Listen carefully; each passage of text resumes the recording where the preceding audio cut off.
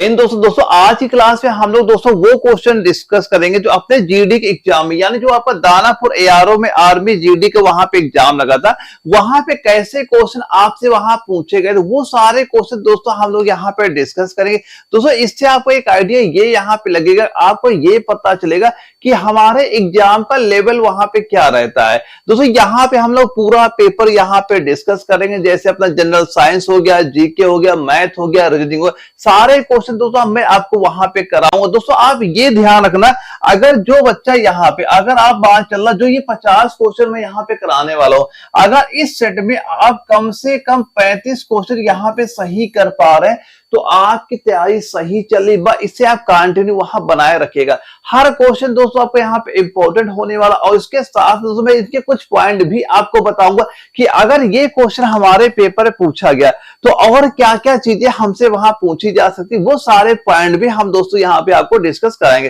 तो सारे चीजें आप यहाँ पे एक एक करके नोट करते हुए चलना। दोस्तों एक पहला क्वेश्चन जो आपका दानापुर एआरओ में ये पूछा गया था कि निम्नलिखित में से किसका क्वथनांक उच्च होता है, और जहां पे ये 4 ऑप्शन दिए गए थे, प्रोटीन था, एल्काइन था, एल्कीन था, एल्केन था, तब आप इसका राइट आंसर वहां पे क्या बताओगे। अगर आपके एग्जाम में ये क्वेश्चन रिपीट होता है, क्योंकि दोस्तों आपके एक एआरओ का दूसरे एआरओ में बहुत ज्यादा क्वेश्चन वहां पे रिपीट होता है, सेम ऐसा ही पेपर आपके पेपर वहां पे आपको देखने को मिलेगा। इसका राइट आंसर दोस्तों क्या बताओगे, आप कहोगे सर हम तो एल्काइन बताएंगे, ऑप्शन बी आपका राइट आंसर यहाँ पे आपका हो जाता है। और दोस्तों यहाँ पे आपसे और क्या क्या चीजें वहां पूछी जा सकती है। दोस्तों कभी अगर आपसे ये पूछा गया कि ये बताओ, अच्छा जो पृथ्वी, जो अगर आपसे कभी ये पूछ लिया गया कि पृथ्वी के धरातल जो होता है, पृथ्वी के धरातल से जब आप नीचे जाते हैं, पृथ्वी के धरातल से जब आप नीचे जाते हैं तो ये पूछा जाता है उसके क्वथनांक में क्या प्रभाव पड़ता है। जो यहां बात हो रही क्वथनांक की, तो इसका क्वथनांक में क्या प्रभाव पड़ेगा, आप क्या कहोगे, उसका जो क्वथनांक होता है तो क्वथनांक में क्या प्रभाव पड़ेगा, आप कहोगे क्वथनांक क्या हो जाएगा, बढ़ जाएगा। क्या हो जाएगा, बढ़ जाएगा। और दोस्तों ये बताओ, अच्छा जो आपका जल होता है, जो जल होता है, ये बताओ जल का क्वथनांक कितना होता है, आप बताओगे 100 डिग्री सेंटीग्रेड आपको यहाँ पे होता है। और दोस्तों कभी अगर आपसे ये पूछा गया आपके एग्जाम में कि एक चीज, अच्छा ये बता दो कि जो आपका दाब बढ़ता है, अगर हम दाब बढ़ा दें, अगर दाब बढ़ा दें तो उसके क्वथनांक में क्या प्रभाव पड़ेगा, तो दाब बढ़ाने पे क्या कहोगे, तब भी उसका क्वथनांक क्या हो जाएगा, बढ़ आपका जाता है। दोस्तों सीधा सीधा क्वेश्चन आपसे पूछा जाएगा कि अगर हम दाब की मात्रा बढ़ाते हैं, क्वथनांक पे क्या प्रभाव पड़ेगा, आप बताओगे बढ़ जाएगा। और पृथ्वी के अगर धरातल के आप नीचे वहां पे जाते हो तब क्वथनांक पे क्या प्रभाव पड़ेगा, तब भी आप बताओगे बढ़ जाएगा। और जल का क्वथनांक क्या होता है, ये 100 डिग्री सेंटीग्रेड होता है। और हिमांक पॉइंट क्या होता है, सभी को पता है, वो 0 डिग्री सेंटीग्रेड आपको यहाँ पे होता है। बेसिक चीजें आपके एग्जाम में ये क्वेश्चन पूछी जाती है, यानी ये क्वेश्चन अगर आया था तो ये चीजें भी आपसे यहाँ पूछी जा सकती हैं। एक दोस्तों अगला क्वेश्चन आपको वही दानापुर एआरओ में ही पूछा गया। सारे क्वेश्चन मैं आपको वही कराऊंगा जो दानापुर एआरओ में आए थे, ताकि एक आइडिया आपको ये लग सके क्या लेवल रहता है हमारे क्वेश्चन का और हमें कैसी तैयारी करनी चाहिए कि अपना एग्जाम यहाँ पे हम लोग क्लियर कर सके। इसमें पूछा जा रहा है कार्निया के पीछे एक गहरे रंग की पेशी संरचना होती है जिसे क्या कहा जाता है, क्या कहोगे। ये 4 ऑप्शन वहां पे आपके दिए गए थे, तो दोस्तों इसका राइट आंसर आप बताओ क्या हो जाएगा। दोस्तों ये जो क्लास में करा रहा हूं ये प्रैक्टिस के तौर पे जो मेरा व्हाट्सएप ग्रुप है वहां मैं इसकी पीडीएफ आपको अभी प्रोवाइड करा दूंगा इस क्लास के बाद। तो जो स्क्रीन व्हाट्सएप नंबर शो कर रहा है, जैसे आप इसमें हाई लिख के मैसेज करेंगे तो व्हाट्सएप का लिंक आपके पास वहां पे आ जाएगा, जहां पे जितने आपके डेली अपने प्रैक्टिस सेट वहां पे होंगे, इनकी पीडीएफ वहां पे आपको हमेशा मिलती रहेंगी। तो दोस्तों इसका राइट आंसर आप यहाँ पे क्या कह दोगे, ये दोस्तों हो जाए क्या, परितारिका जो यहां दिया गया आइरिस, क्या हो जाएगा, आइरिस जो दिया जा रहा है, ऑप्शन सी इसका बिल्कुल राइट आंसर इस क्वेश्चन का हमारा यहाँ पे हो जाता है। दोस्तों एक चीज यहाँ पे ये याद रखना, एक चीज ये आपसे पूछा जाता है कि जो हम लोग अपनी आंखों का दान करते हैं, तो आंखों में जो हम लोग दान करते हैं इसमें कौन सा भाग आपका दान किया जाता है, ये एग्जाम में कई बार क्वेश्चन पूछा जा चुका है। तो यहाँ पे दोस्तों क्या कहोगे, आप ये पॉइंट नोट कर लेना कि नेत्रदान जो हम लोग करते हैं, नेत्रदान, इसमें क्या कौन सा भाग आंख का दान किया, जो हमारे आंख का कार्निया वाला भाग होता है वो यहाँ पे दान किया जाता है।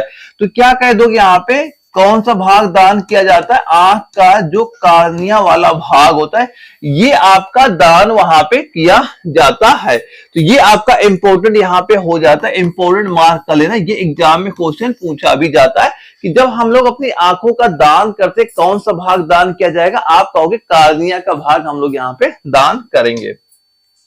एक क्वेश्चन दोस्तों ये पूछा गया, निम्नलिखित रसायनों में से मिथिल क्लोराइड के रासायनिक सूत्र की पहचान कीजिए। किसका पूछा जा रहा है, मिथिल क्लोराइड का आपसे पूछा जा रहा है। तो इसमें मिथिल क्लोराइड का सूत्र यहाँ पे क्या हो जाएगा, आप बताओगे CH3Cl। क्या बता दोगे क्या हो जाएगा, ये आपका हो जाएगा CH3Cl आपका, इसका बिल्कुल राइट आंसर यहाँ पे आपका हो जाता है। और दोस्तों यहाँ पे ये जो आपका CH4 दिया जा रहा है ये क्या हो जाएगा, किसका हो जाएगा, आप कहोगे ये हो जाएगा मेथेन का। किसका बता दोगे, ये हो जाएगा आपका मेथेन का, आपका यहाँ पे हो जाता है।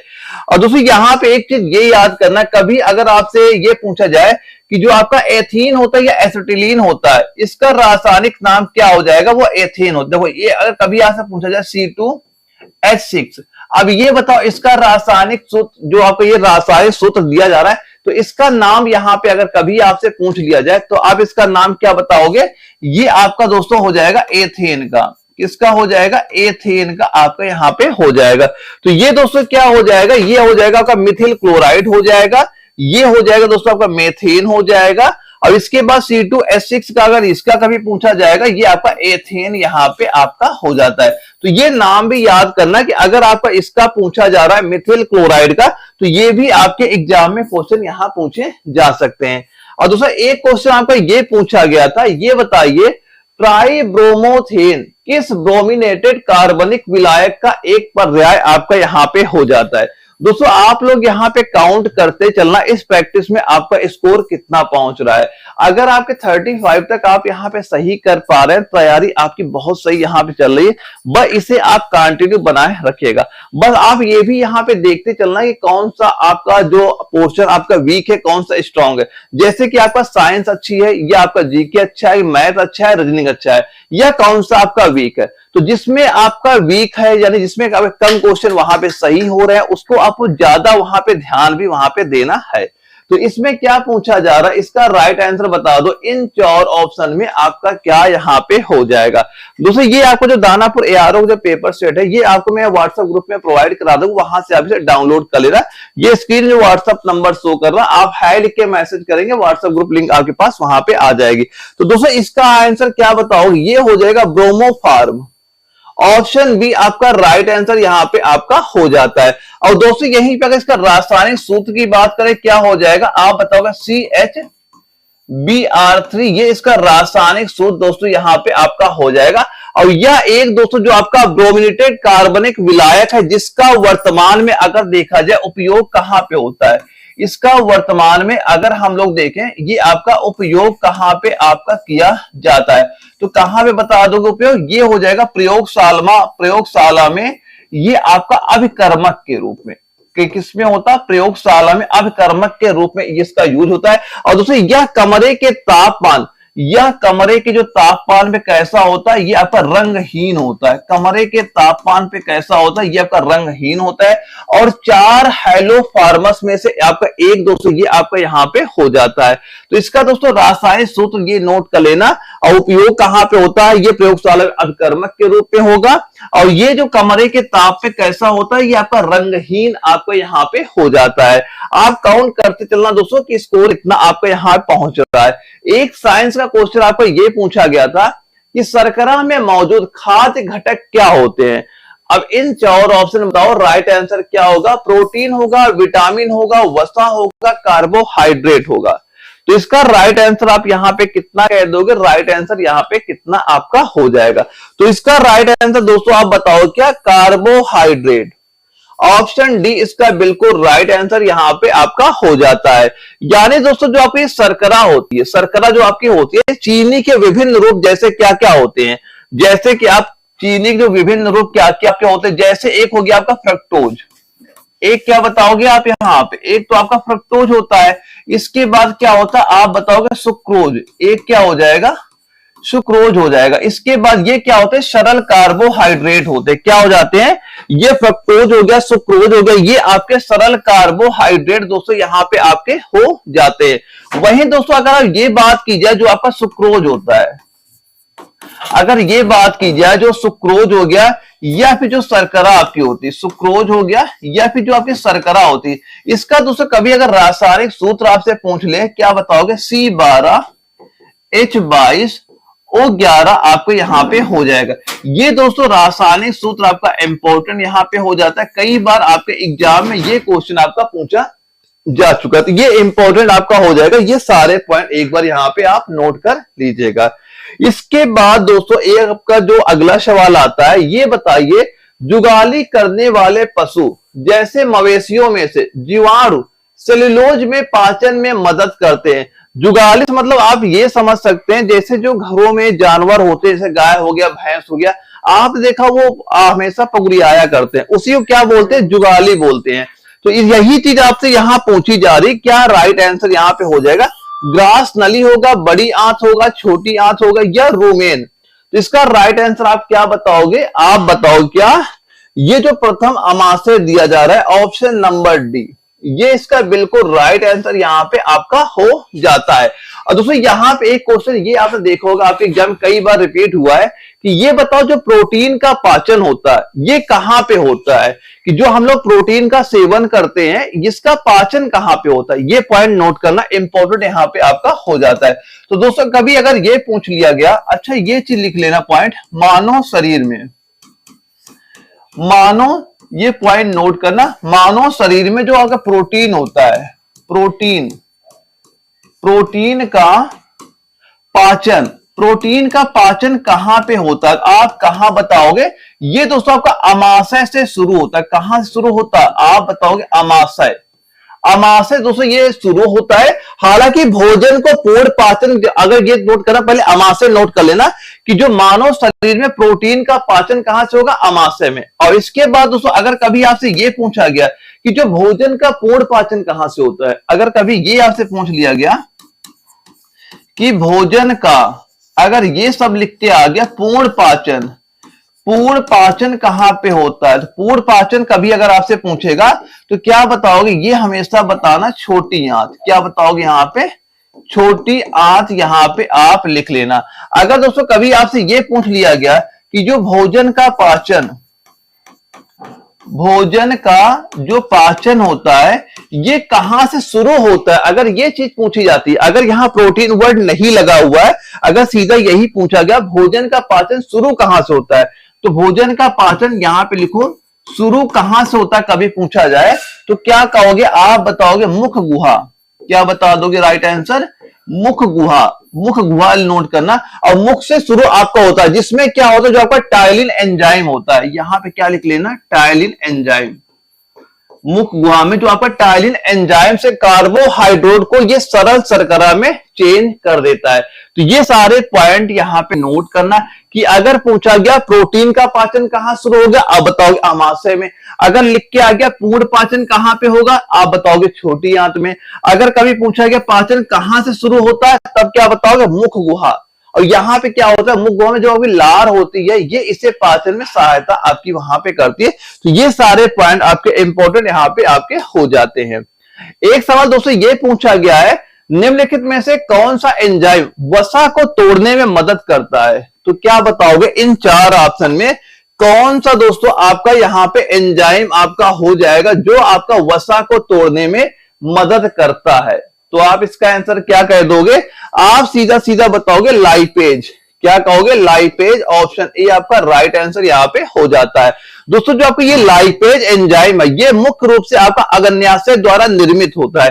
तो कभी अगर पूछा गया ये कहां से निर्मित होता है, अब क्या बताओगे, तो आप सीधा सीधा बताओ क्या, अग्न्याशय से। कहां से निर्मित होता है, ये आपका अग्न्याशय, अग्न्याशय में इसका निर्माण यहां पे होता है। और ये छोटी आंत से स्रावित होता है, कहां स्रावित होता है, आप बताओगे क्या, छोटी आंत, छोटी आंत में, छोटी आंत में क्या हो जाएगा, स्रावित होता है। छोटी आंत में स्रावित होता है। ये पॉइंट भी यहाँ पे आप नोट कर लेना। और दोस्तों ये जो आपके एंजाइम होते हैं ना, शरीर में वसा को तोड़ने में मदद करते हैं। जैसे आपका एमाइलेज एंजाइम हो गया, जो कार्बोहाइड्रेट स्टार्च को ग्लूकोज या माल्टोज में तोड़ देता है। ऐसे दोस्तों आपका जो ट्रिप्सिन एंजाइम होता है, एक एंजाइम ये नोट करना जो आपका ट्रिप्सिन होता है, ये एग्जाम में क्वेश्चन पूछा जा चुका, जो आपका ट्रिप्सिन एंजाइम होता है। अगर दोस्तों कभी अगर ट्रिप्सिन एंजाइम के बारे में पूछा जाए तो ये क्या कहोगे, ये कहां स्रावित होगा, तो इसका भी बताओगे अग्न्याशय से। कहां से बताओगे, अग्न्याशय से ये आपका स्रावित यहाँ पे होगा। क्या बता दोगे, ये एंजाइम कहां स्रावित हो जाएगा, आप बताओगे क्या, अग्न्याशय। ये कहां स्रावित होगा, आप यहाँ पे नोट करिएगा, अग्न्याशय से। अग्न्याशय दोस्तों ये आपका स्रावित होता है और यह प्रोटीन के पाचन में मदद करता है। अग्न्याशय स्रावित होगा और किसके पाचन में, जो आपका प्रोटीन होता है, प्रोटीन के पाचन में ये आपका हेल्प वहां पे करता है। तो ये चीज यहाँ पे नोट करना। इसका राइट आंसर क्या हो जाएगा, लाइपेज। आप इसका बिल्कुल राइट आंसर यहाँ पे बता देंगे। एक दोस्तों ये क्वेश्चन आपका आया था दानव एआरओ में ही, ये बताओ रक्त में हीमोग्लोबिन बनाने के लिए निम्न में से क्या आवश्यक है। तो रक्त में आपका जो हीमोग्लोबिन है बनाने के लिए क्या आवश्यक होता है, आयरन होगा, वसा होगा, प्रोटीन होगा या कैल्शियम होगा। तो आप इसका आंसर क्या बताओगे अगर ये क्वेश्चन आपके पेपर में रिपीट वहां पे हुआ, क्योंकि आपके एग्जाम में रिपीट क्वेश्चन बहुत आपसे यहां पूछे जाते हैं। तो इसका राइट आंसर आप यहां पे क्या कह दोगे, ये कहोगे आयरन। ऑप्शन नंबर ए आपका बिल्कुल राइट आंसर यहाँ पे आपका हो जाता है। और दोस्तों कभी देखो यहाँ पे क्या होता है दोस्तों, जो आपका ये आयरन होता है ना, आयरन ये हीमोग्लोबिन का केंद्रीय तत्व होता है। और हीमोग्लोबिन जो होता है ये ऑक्सीजन से जुड़कर इसे शरीर की अन्य कोशिकाओं तक पहुंचाता है। क्या होता है, शरीर के अन्य कोशिकाओं तक पहुंचाता है। तो ये पॉइंट यहाँ पे नोट करना। और दोस्तों यहाँ पे एक पॉइंट ये नोट करना, जो यहाँ प्रोटीन वर्ड है, इससे भी कई सारे एग्जाम में क्वेश्चन आपके पूछे जाते हैं। एक दोस्तों प्रोटीन के बारे में एक पॉइंट ये यहाँ पे नोट करना कि यह प्रोटीन दोस्तों होता है क्या है। तो दोस्तों जो कि प्रोटीन होता है ये शरीर की संरचनात्मक एवं एंजाइम की मूल इकाई है। क्या बताओगे, ये प्रोटीन जो आपका होता है ये शरीर की संरचनात्मक एवं एंजाइम की मूल इकाई आपकी दोस्तों यहाँ पे हो जाती है। और दोस्तों यहाँ पे ये क्वेश्चन पूछा जाता है कि अगर शरीर में प्रोटीन की कमी हो जाए तो कौन सी दिक्कत हमें देखने को मिल जाती है। तो कभी भी अगर शरीर में आपके प्रोटीन की कमी आपकी हुई तो आप क्या कहोगे, क्या दिक्कत आएगी, आप बताओगे क्या, क्वासियोरकर। क्या दिक्कत यहां पे आपको देखने को मिलेगी, क्वासियोरकर। ये आपकी बीमारी आपको फेस करनी वहां पे पड़ जाएगी। क्वासियोरकर हो गया एक, ये नोट कर लेना, एक सेकेंड और ये नोट करना, क्या, मरासमस। एक नोट करना, मरासमस। मरासमस ये दो बीमारियां वहां पे शरीर में हो जाती हैं अगर शरीर में प्रोटीन की कमी यहाँ पे आपकी देखने को मिल जाती है। और दोस्तों कभी अगर शरीर में ये याद करना कि जो दांत और हड्डियों वाला, एक पॉइंट ये भी नोट करना कि कई बार एग्जाम में ये क्वेश्चन पूछा जाता है कि जो हमारे दांत हो गए, क्या हो गए, दांत, यह दांत का आपसे पूछ ले या फिर एवं आपके हड्डियों का पूछ ले, दांत हो गया, या फिर आपसे हड्डी के बारे में पूछ ले, हड्डी, दांत एवं हड्डी की अगर ये पूछा ये किसके ज्यादा बने होते हैं, किसके बताओगे, ये आपके बनते हैं कैल्शियम के। किसके बने होते हैं, आप बताओगे कैल्शियम के ये बने हुए होते हैं। कि जो हमारे दांत होते हैं, हड्डियां होती हैं, ये किसकी बनी होती है, कैल्शियम की। सीधा सीधा क्वेश्चन दोस्तों वहां पूछा जाएगा आपके पेपर में कि अगर शरीर में प्रोटीन की कमी हो जाए तो कौन सी बीमारी हो जाएगी, बताओगे क्या, क्वासियोरकर बताओगे और मरासमस बीमारी आप बताओगे। अगर ये कभी पूछा गया जो हमारे दांत होते हैं, हड्डी होते हैं, ये इसमें सबसे ज्यादा क्या पाया जाता है, तो आप क्या बताओ, कैल्शियम सबसे ज्यादा यहाँ पाया जाता है। और दोस्तों कभी अगर आपसे ये पूछा गया कि शरीर में अगर आयरन की कमी हो जाए या हीमोग्लोबिन की कमी हो जाए, अगर ये पूछ लिया जाए शरीर में आयरन की कमी हो जाए या लिख के आ जाए हीमोग्लोबिन की कमी हो जाए तो क्या दिक्कत आपको देखने को मिल जाएगी, तो आप क्या कहोगे, वो तब आपको कौन सी बीमारी हो जाएगी, आप कहोगे एनीमिया। कौन सी बीमारी हो जाएगी, आप कहोगे एनीमिया नामक बीमारी आपकी यहां पे हो जाती है कि शरीर में आयरन की कमी बताए या हीमोग्लोबिन की कमी लिख के आपसे पूछ ले तो क्या बीमारी होगी, आप बताओगे एनीमिया नामक बीमारी आपको वहां पे देखने को आपको मिल जाती है। एक सवाल है दोस्तों ये पूछा गया, निम्नलिखित में से पानी में घुलनशील विटामिन का चयन करें। दोस्तों ये क्वेश्चन पूछा जाता है कि जल में घुलनशील विटामिन कौन कौन से हैं या फिर वसा में घुलनशील विटामिन कौन कौन से हैं, ये एग्जाम में क्वेश्चन आपके पूछे जाते हैं। तो दोस्तों इसका राइट पहले तो आप ये बता दो क्या हो जाएगा, विटामिन सी। ऑप्शन सी इसका बिल्कुल राइट यहां पे आपका हो जाता है। दोस्तों जो आपके विटामिन कितने प्रकार के होते हैं, दो प्रकार के। क्या बताओगे, विटामिन आपके दो प्रकार के यहाँ पे हो जाएंगे। एक क्या बताओगे, जो जल में घुलनशील होते हैं, एक बताओगे जो जल में घुलनशील होते हैं, एक बताओगे जो आपके वसा में घुलनशील होते हैं। तो जल में घुलनशील कौन कौन से विटामिन बताओगे, एक बी हो जाएगा, एक विटामिन सी हो जाएगा, जो जल में घुलनशील विटामिन हो जाते हैं। वैसे जो आपके वसा में घुलनशील विटामिन क्या हो जाएंगे, एक आपका ए हो जाएगा, एक डी हो जाएगा, एक आपका ई हो जाएगा, एक आपका के विटामिन यहाँ पे आपका हो जाएगा। ये आपके किसमें हो जाएंगे, वसा में घुलनशील विटामिन आपके सारे यहाँ पे हो जाएंगे। ये दोनों पॉइंट यहाँ पे नोट करना है कि जल में कौन से विटामिन घुलनशील है और वसा में कौन से विटामिन आपके घुलनशील हो जाते हैं। तो ये सारे पॉइंट यहाँ पे आप नोट कर लीजिएगा। इसके बाद दोस्तों एक सवाल में ये आपसे पूछ लिया गया कि एस ब्लॉक के तत्व कैल्शियम की उत्पत्ति किस लैटिन शब्द से वहां पे हुई थी, जिसके ये चार ऑप्शन आपके वहां पे दिए गए थे। ये सारे आपके हर क्वेश्चन आपका इंपॉर्टेंट क्वेश्चन हो जाता है। ये जितने मैं क्वेश्चन कराऊं, जो मैं इसकी पीडीएफ प्रोवाइड कराऊंगा, सारे क्वेश्चन बाद आप बार बार इनका रिवीजन जरूर करिएगा, क्योंकि ये आपके वो क्वेश्चन है जो आपके एग्जाम में वहां पूछे जा रहे हैं। तो दोस्तों इसका राइट आंसर आप क्या कह दोगे, ये बोलोगे कैल्कस। ऑप्शन ए आपका बिल्कुल राइट यहाँ पे आंसर हो जाएगा। और दोस्तों जो आपका कैल्शियम की उत्पत्ति लैटिन शब्द कैल्कस से हुई, किससे हुई है, जो आपकी ये कैल्शियम शब्द दिया जा रहा है, कैल्शियम शब्द की उत्पत्ति जो कैल्कस वर्ड यहाँ पे दिया जा रहा है, इस लैटिन शब्द से इसकी उत्पत्ति वहां पे दोस्तों आपकी हुई है। और ये आपका आवर्त सारणी के द्वितीय समूह में, अगर कभी ये पूछा जाए ये किसमें आपका आता है आवर्त सारणी में, तो क्या बताओगे यहाँ पे, ये आपका आवर्त सारणी के कौन से समूह में आ जाएगा, आप बताओगे ये द्वितीय समूह में। कौन से समूह में आएगा, आप यहां बताओगे ये आपका द्वितीय समूह में आपका ये वहां पे देखने को मिल जाएगा। और दोस्तों ये क्या होता है आपका एक क्षारीय, क्या लिखोगे यहाँ पे, ये आपका एक क्षारीय मृदा धातु है, एक क्षारीय मृदा धातु आपको यहाँ पे हो जाएगा। और कैल्शियम दोस्तों जो आप क्या होता है, ये कैल्शियम का अगर कभी ये पूछा जाए इसका परमाणु क्रमांक बता दो क्या होता है, तो इसका परमाणु क्रमांक दोस्तों आप कितना बता दोगे, ये इसका परमाणु क्रमांक हो जाएगा क्या 20, क्या हो जाएगा आपका 20 हो जाएगा। और दोस्तों ये भी याद करना कि जो आपका ये कैल्शियम होता है, एक पॉइंट ये भी नोट कर लेना कि ये पृथ्वी पर कैल्शियम जो होता है ये पृथ्वी पर आपका पांचवा सबसे प्रचुर मात्रा में आपका ये पाया जाता है। अगर इसका क्रम देखा जाए, पांचवें नंबर पे सबसे ज्यादा आपका ये यहां पाया जाता है। और दोस्तों ये जो आपका कैल्शियम होता है ना, अगर ये देखा जाए, ये आपके एक लचीली चांदी, क्या लिखोगे यहाँ पे, आपकी लचीली चांदी जैसी धातु होती है, लचीली चांदी जैसी धातु आपकी ये यहाँ पे होती है। ये पॉइंट भी यहाँ पे आप नोट कर लीजिएगा। इसके बाद दोस्तों एक क्वेश्चन आपसे ये पूछा गया, ये बताओ ट्राइक्लोरोमेथेन का प्रचलित नाम क्या है, जो आपका ट्राइक्लोरोमेथेन है इसका प्रचलित नाम क्या है। इन चार ऑप्शन में आपको ये बताना है, इसका राइट आंसर यहाँ पे कितना आपका हो जाएगा। तो ये जो आपका ट्राइक्लोरोमेथेन दोस्तों दिया जा रहा है, ये इसका प्रचलित नाम क्या हो जाएगा, आप कह दोगे क्लोरोफॉर्म। क्या कह दोगे, क्लोरोफॉर्म कहोगे। ऑप्शन बी आपका राइट आंसर यहाँ पे आपका हो जाता है। और दोस्तों जो क्लोरोफॉर्म होता है इसका सूत्र क्या बताओगे आप, CHCl3, ये इसका रासायनिक सूत्र दोस्तों आपका हो जाएगा। क्लोरोफॉर्म का रासायनिक सूत्र भी आपसे एग्जाम में क्वेश्चन पूछा जाता है, तो ये आप इसका रासायनिक सूत्र यहाँ पे आप नोट कर लीजिएगा। इसके बाद दोस्तों एक सवाल आपसे पूछ लिया गया, अच्छा ये बताइए नाभिकीय रिएक्टर में मंदक का उपयोग, जो आपका नाभिकीय रिएक्टर होता है, मंदक का उपयोग मंदक के रूप में किसका यूज किया जाता है। इन चार ऑप्शन बताना, क्या राइट आंसर आपका हो जाएगा।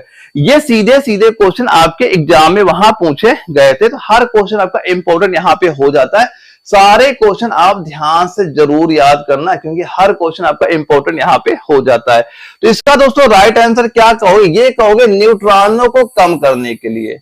ऑप्शन ए आपका राइट आंसर यहाँ पे आपका हो जाता है। यानी दोस्तों जो आपका नाभिकीय रिएक्टर में जो मंदक के रूप में किसका यूज होता है, देखो अगर कभी ये क्वेश्चन पूछ लिया जाए, नाभिकीय रिएक्टर में मंदक के रूप में मंदक का उपयोग होता है। हाँ, ये हो जाएगा न्यूट्रॉन को कम करने के लिए। अगर यहां पे एक चीज ये आपसे पूछ ली जाए कि जो आपका नाभिकीय रिएक्टर में मंदक के रूप में किसका यूज होता है, मंदक के अगर ये पूछा जाए रूप में किसका प्रयोग किया जाता है, किसका प्रयोग किया जाएगा, तो आप क्या बता दोगे, आप बताओ क्या क्या, भारी जल किसका यूज होता है, आप बताओगे भारी जल का यूज यहां पे किया जाता है। भारी जल का यूज करोगे या फिर किसका यूज करोगे, जो आपकी ग्रेफाइट की छड़ें होती है, ग्रेफाइट की जो आपकी छड़ होती है, इनका यूज यहां पे किया जाता है। एक दोस्तों यहां पे ये पॉइंट भी इंपॉर्टेंट मार्क कर लेना कि कभी आपसे ये अगर पूछ लिया गया, ये जीके में क्वेश्चन आया था कि पहला न्यूक्लियर, अगर आपसे कभी ये पूछा जाए कि पहला, ये बताओ पहला न्यूक्लियर रिएक्टर, पहला न्यूक्लियर आपका जो रिएक्टर है, न्यूक्लियर रिएक्टर किस वैज्ञानिक ने बनाया था, आप क्या बताओ, वैज्ञानिक नाम क्या हो जाएगा, आप बताओगे एनरिको, वैज्ञानिक का नाम हो जाएगा एनरिको फर्मी ने, एनरिको फर्मी ने बनाया था। कब बनाया था आप बताओगे, 1942 में, 1942 में, और शिकागो 1942 में बनाया था, 1942 में शिकागो पाइल 1 नाम से, किस नाम से बनाया था, ये बनाया था इन्होंने शिकागो, क्या लिखोगे यहाँ पे, Chicago pile, Chicago pile first के नाम से ये वहां पे बनाया था। तो ये सारे पॉइंट भी दोस्तों यहां पे नोट कर लेना कि अगर ये पूछा गया नाभिकीय रिएक्टर में मंदक के रूप में, मंदक का उपयोग हम लोग किस लिए करते हैं, तो पहले तो बताओगे न्यूट्रॉनों को कम करने के लिए हम लोग करते हैं। अगर ये पूछा गया कौन से मंदक का यूज किया जाता है, आप बताओगे भारी जल का यूज करोगे या ग्रेफाइट की छड़ का आप यहाँ पे यूज करोगे। ये वाला आपका इंपॉर्टेंट है, यहाँ पे एग्जाम में क्वेश्चन पूछा जा गया है। और दूसरा कभी कभी यही पूछ लिया जाता है कि जो भारी जल का रासायनिक सूत्र क्या होता है, आपको D2O भी आपको यहाँ पता होना चाहिए था। अगले सवाल दोस्तों ये पूछा गया, एक्स किरणों की तरंग दैर्घ्य किस कोटि की होती है, क्या पूछा जा रहा है, एक्स किरणों की तरंग दैर्घ्य किस कोटि की होती है, तो आप क्या कह दोगे यहाँ पे, ये हो जाएगी 1 एंगस्ट्रॉन। ऑप्शन ए आपका राइट आंसर यहाँ पे आपका हो जाता है। और दोस्तों कभी अगर आपसे ये पूछ लिया गया जो आपकी एक्स किरण है, कभी अगर आपसे ये पूछा गया एक्स किरण की आविष्कार, यानी एक्स किरण का अगर कभी ये पूछा गया इसका आविष्कार, एक्स किरण का आविष्कार किसने किया, किस वैज्ञानिक ने किया था, तो वैज्ञानिक का नाम क्या बताओगे यहाँ पे, ये हो जाएगा विल्हेम रोंटजन, विल्हेम रोंटजन, ये वैज्ञानिक का नाम यहाँ पे आपका हो जाएगा। कब को आविष्कार किया था, 1895 में एक्स किरण का आविष्कार वहां पे किया था। और दोस्तों आपकी जो एक्स किरणें होती हैं, अगर ये पूछा जाए इनकी तरंग दैर्घ्य, अगर ये आपसे पूछ लिया जाए, अच्छा एक चीज ये भी हमें बता दो, इनकी जो आपकी तरंग दैर्घ्य होती है ये कितनी होती है, तो आप बताओगे 0.01 से लेके आपका 10 नैनोमीटर, 10 क्या बताओगे 10 यानी कि नैनोमीटर, क्या बता दोगे नैनोमीटर। आप यहाँ पे ये चीज नोट करना, इंपॉर्टेंट यहाँ पे आपका हो जाता है। और दोस्तों जो आपके एक्स किरणें होती है इनका यूज कहां कहां पे होता है, तो क्या बताओगे यहाँ पे यूज कहां कहां पे होगा, एक तो आप बता दो क्या, फ्रैक्चर, एक चीज क्या बता दोगे यहाँ पे आप कि फ्रैक्चर की जांच में, फ्रैक्चर की जांच में इसका यूज वहां पे किया जाता है। और इसके बाद दोस्तों ये फ्रैक्चर की जांच लिख रहे, एक और लिख रहे, एक यहाँ पे यूज होगा, एक पॉइंट ये यहाँ पे नोट कर लेना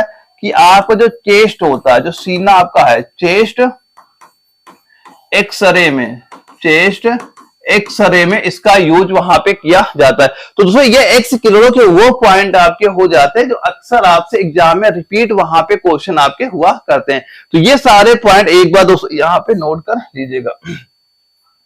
अब एक सवाल ये पूछा जा रहा है कि इलेक्ट्रिक रूम हीटर में प्रयुक्त तार की कुंडली क्या कहलाती है, जो अभी कुंडली होती तार उसमें लगा रहा है जो आपको जलता रहता है, ठीक है, तो वो क्या कहलाती है, तो वो क्या कहलाएगी दोस्तों, क्या कह दोगे, वो आपका एलिमेंट, क्या कहलाता है, एलिमेंट कहलाता है। ऑप्शन डी आपका बिल्कुल राइट आंसर यहाँ पे आपका हो जाता है।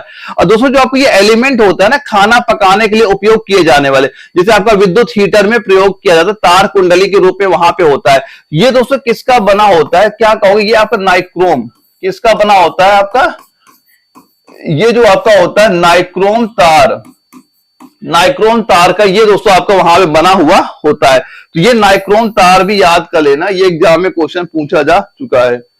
इसके बाद दोस्तों जो आपका एक अगला सवाल आता है, पूछ रहा है कि चमगादड़ किस प्रकार के ध्वनि तरंगों के परावर्तन का उत्सर्जन और अनुसंधान करने के शिकार को खोजते हैं और अंधेरी रात में उड़ते हैं। आपने देखा हो जो चमगादड़ होते हैं वो रात में भी उड़ सकते हैं, आखिर क्या रीजन होता है? अब बताओ वो कौन सी तरंगे आप वहां से निकालते हैं कि वो रात में उड़ सकते हैं या अपने शिकार वहां पे करते हैं, रात में शिकार भी वहां पे कर लेते हैं। तो आप दोस्तों क्या कहोगे, यहां कहोगे क्या पराध्वनिक तरंगे। कौन तरंगे निकालते हैं? पराध्वनिक। ऑप्शन डी आपका राइट आंसर यहाँ पे आपका हो जाता है।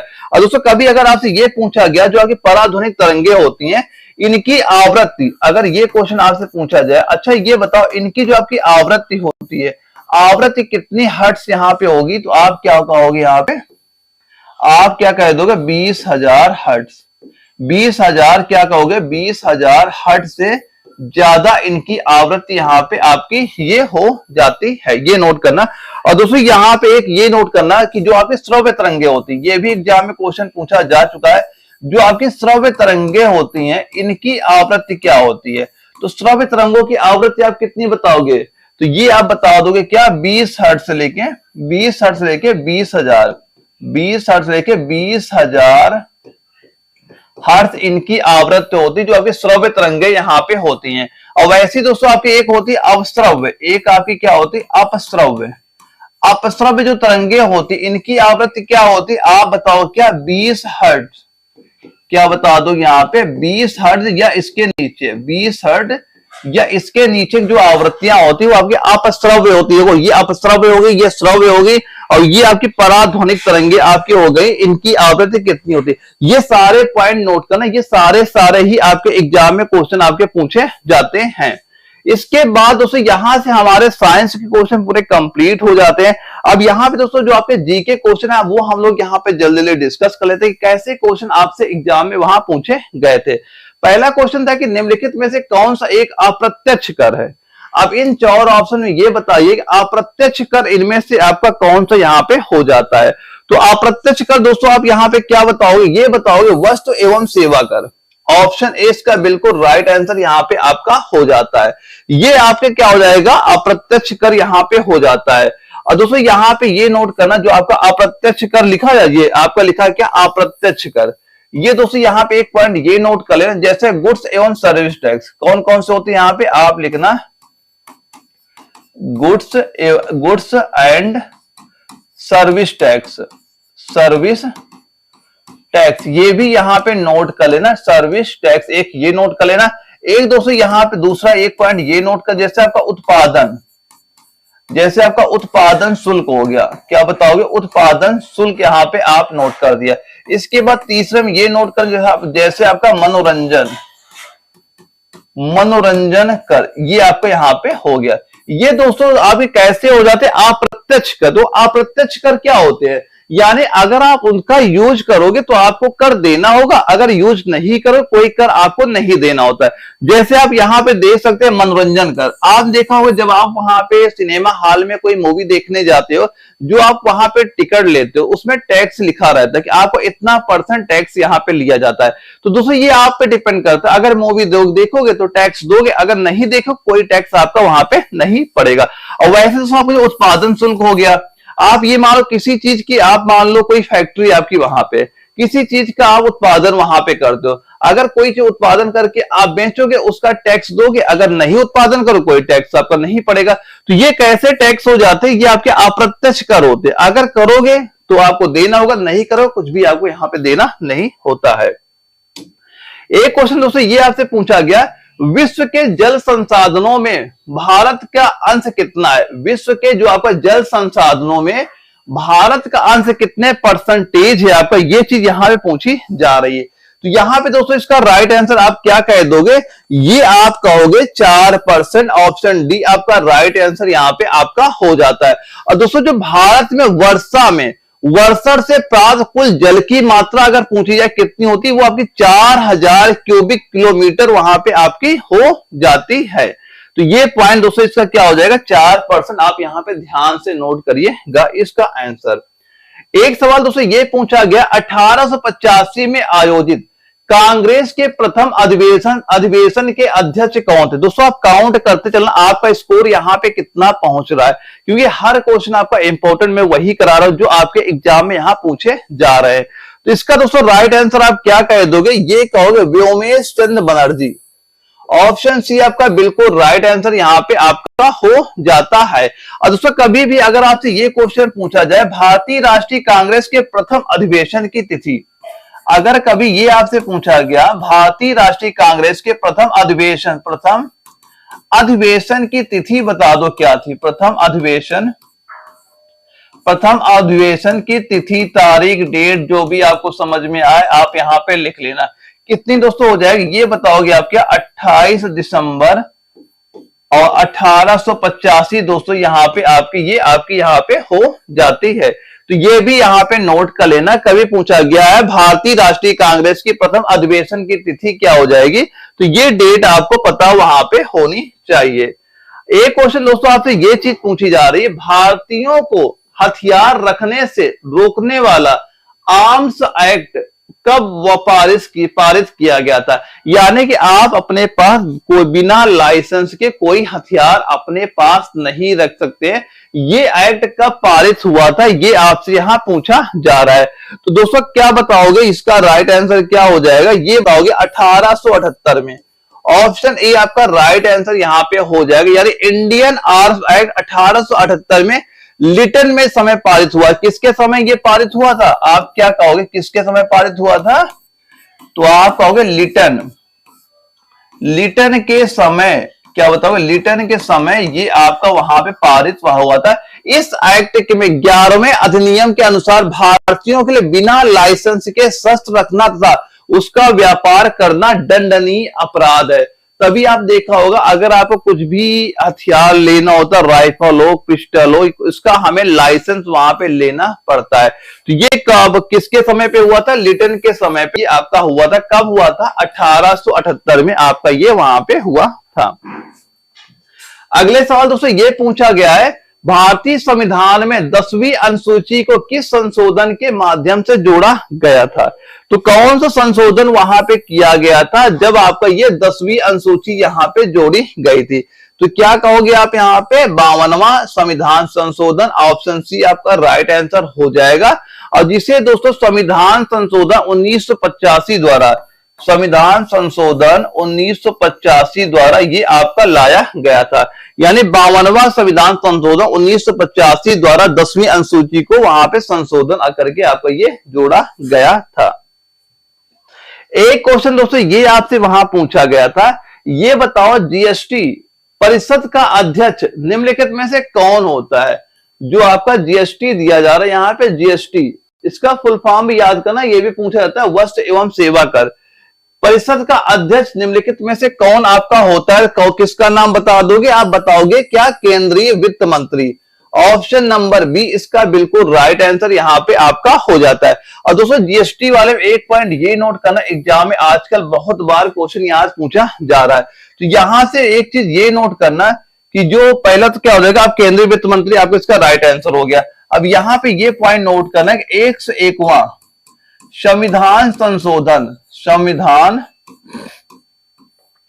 संविधान संशोधन, ये चीज भी यहां पे आप नोट कर। संविधान संशोधन अधिनियम जो आपका ये 2016 के द्वारा भारत में जीएसटी लागू किया गया था।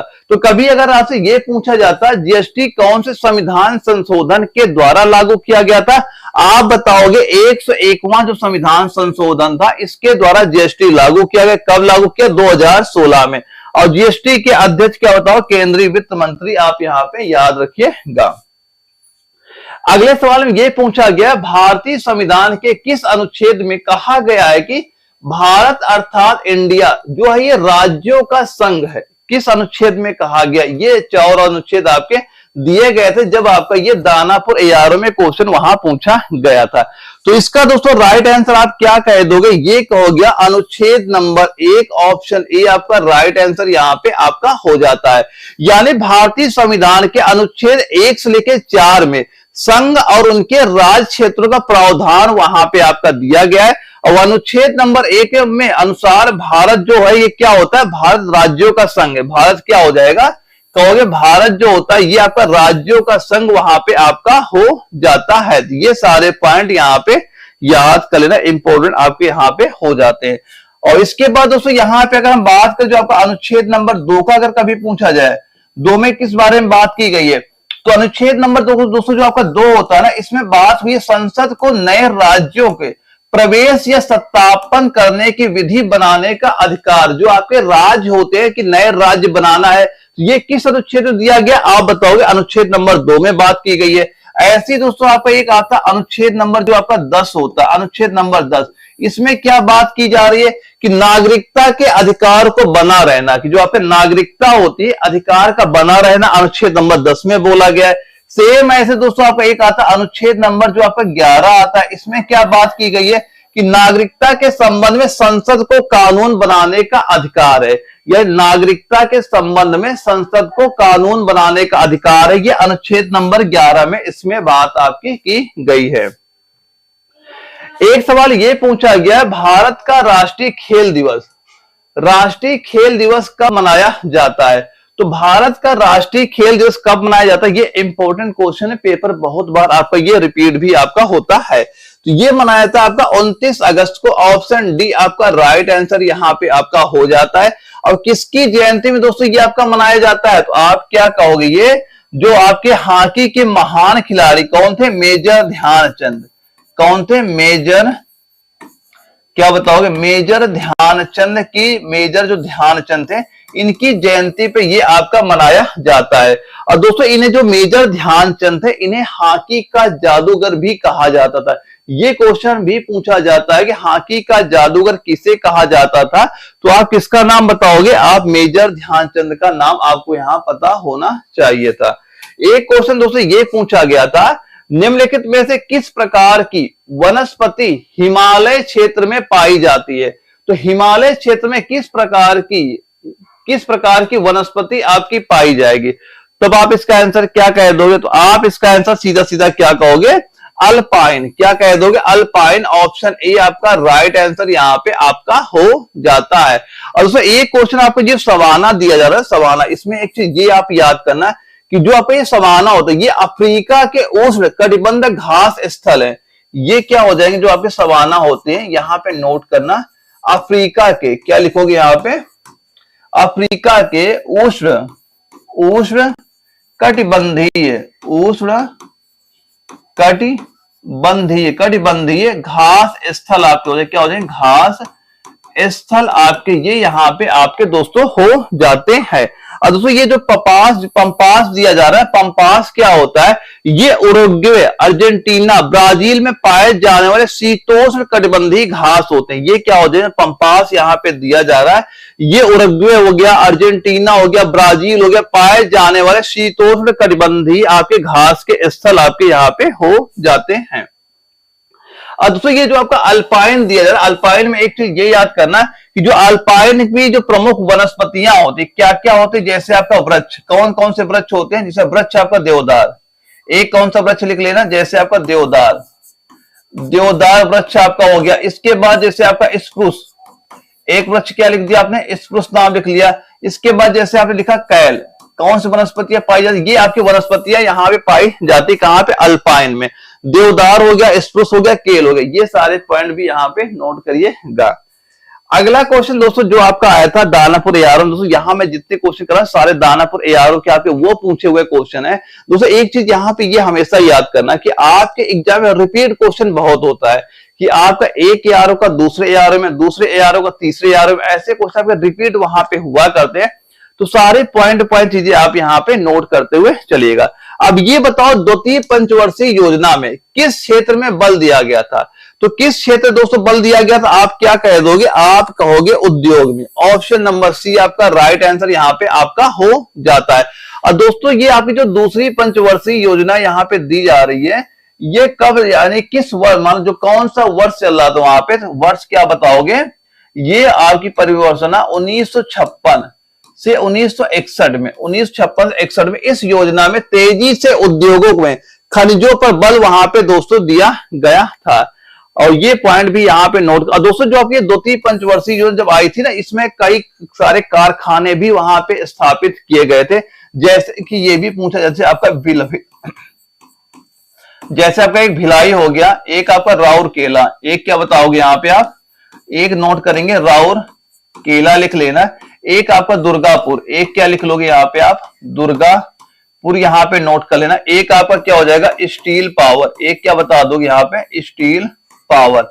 ये दोस्तों कारखाने भी आपके स्थापित हुए थे। ये क्वेश्चन पूछा जाता है आपसे कि ये बताओ जो भिलाई, जो आपको ये यहां पूछा जाएगा कि ये बताओ जो आपका भिलाई प्लांट है, ये कौन सी पंचवर्षीय योजना में बनाया गया था। तब बताओगे द्वितीय पंचवर्षीय योजना।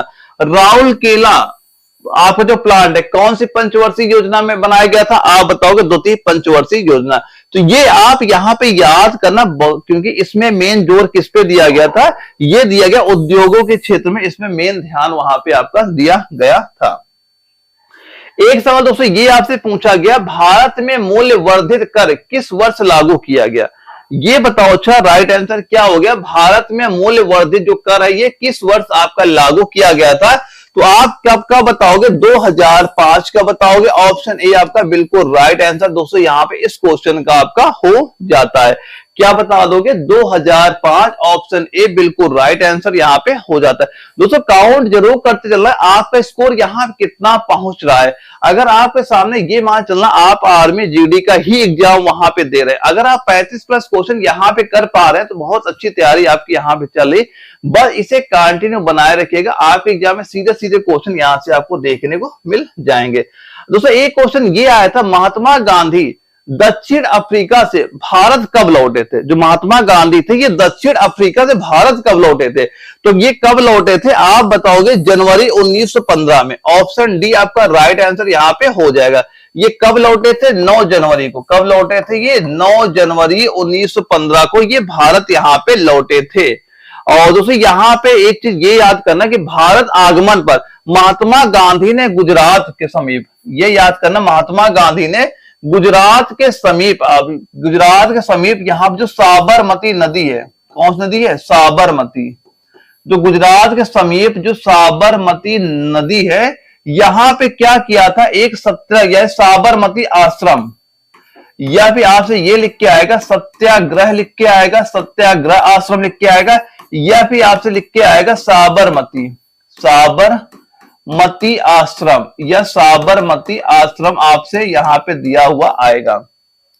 तो इसकी स्थापना यहां पे की थी जब ये 9 जनवरी 1915 में अफ्रीका से भारत लौटे थे यहां पे। तो इन्होंने क्या किया, गुजरात के जो साबरमती नदी है उसके किनारे सत्याग्रह आश्रम या साबरमती आश्रम के वहां पे इन्होंने उसका निर्माण कराया था। ये क्वेश्चन पूछा जाता है कि साबरमती आश्रम का निर्माण महात्मा गांधी ने कब कराया था, कहां से लौट के कराया था। तो आप क्या बताओगे, ये जो अब साउथ अफ्रीका से लौट के भारत आए तब इसका निर्माण वहां पे कराया था इन्होंने। अब एक सवाल में पूछा गया, अंग्रेजों ने अवध साम्राज्य पर कब्जा कर लिया, कब कब्जा किया था यहाँ पे।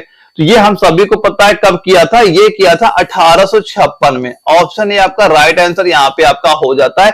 यानी ने अंग्रेजों ने अवध पर कुशासन का आरोप लगाकर, किसका, कुशासन का आरोप लगा के 1856 में ब्रिटिश साम्राज्य में इसे मिला लिया था। और ब्रिटिश साम्राज्य में विलय के समय अवध के नवाब कौन थे, अगर ये पूछा जाए इस समय यहाँ पे अवध के नवाब यहाँ पे कौन थे, किसका नाम बताओगे, अवध के नवाब कौन हो जाएगा, नवाब किसका नाम हो जाएगा, नवाब वाजिद, किसका नाम बताओगे, नवाब वाजिद अली शाह का नाम यहाँ पे आप लिख लेना। ये नवाब उस समय वहां के थे, ये क्या हो जाएंगे, उस समय यहाँ के नवाब थे अवध के वहां पे, जब इसे वहां पे विलय कर लिया गया था। अब ये बताओ, बौद्ध धर्म में बिछुड़ी बनने वाली प्रथम महिला कौन है, बौद्ध धर्म में बिछुड़ी बनने वाली प्रथम महिला कौन है। ये आपके 4 ऑप्शन वहां पे दिए गए थे जब आपका ये क्वेश्चन दानापुर एआरओ में आपका पेपर है पूछा गया था। तो इसका राइट आंसर दोस्तों क्या बताओगे, महाप्रजापति गौतमी। ऑप्शन ए इसका बिल्कुल राइट आंसर यहां पे आपका हो जाता है। दोस्तों यहां पे एक चीज ये ध्यान रखना कि जो महात्मा बुद्ध थे, यानी गौतम बुद्ध की माता, अगर कभी ये क्वेश्चन पूछा जाए कि जो गौतम बुद्ध हैं, अगर कभी आपसे ये पूछा जाए, इनकी माता का नाम भी एग्जाम में क्वेश्चन आ चुका है कि जो गौतम बुद्ध की अगर माता का नाम आपसे पूछा जाए, इनकी माता का नाम क्या हो जाएगा, तो क्या बताओगे यहाँ पे? महामाया।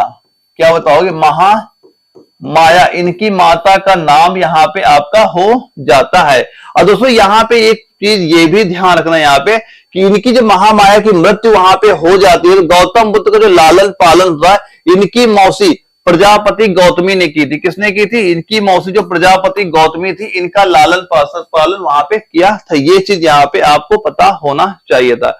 और दोस्तों कभी अगर आपसे ये पूछा जाए कि जो बुद्ध है गौतम बुद्ध के अगर पूछा जाए बचपन का नाम क्या है, इनके बचपन का नाम भी बता दो, क्या हो जाएगा? तो क्या बताओगे? इनके बचपन का नाम था सिद्धार्थ। क्या नाम हो जाएगा? सिद्धार्थ इनके बचपन का नाम यहाँ पे आपका हो जाता है। तो ये भी पॉइंट नोट करना इंपॉर्टेंट हो जाता है कि बुद्ध के बचपन का नाम क्या हो जाएगा, आप सिद्धार्थ यहाँ पे बता देंगे। एक सवाल दोस्तों ये पूछा गया, निम्नलिखित में से किसने आनंद मठ लिखा जहां से भारत का राष्ट्रीय गीत वंदे मातरम लिया गया था? बताओ। अब यहाँ पे आनंद मठ जो पूछा जा रहा है, आनंद मठ किसने लिखा था? तो इन 4 ऑप्शन में आपको बताना है राइट आंसर यहाँ पे क्या हो जाएगा।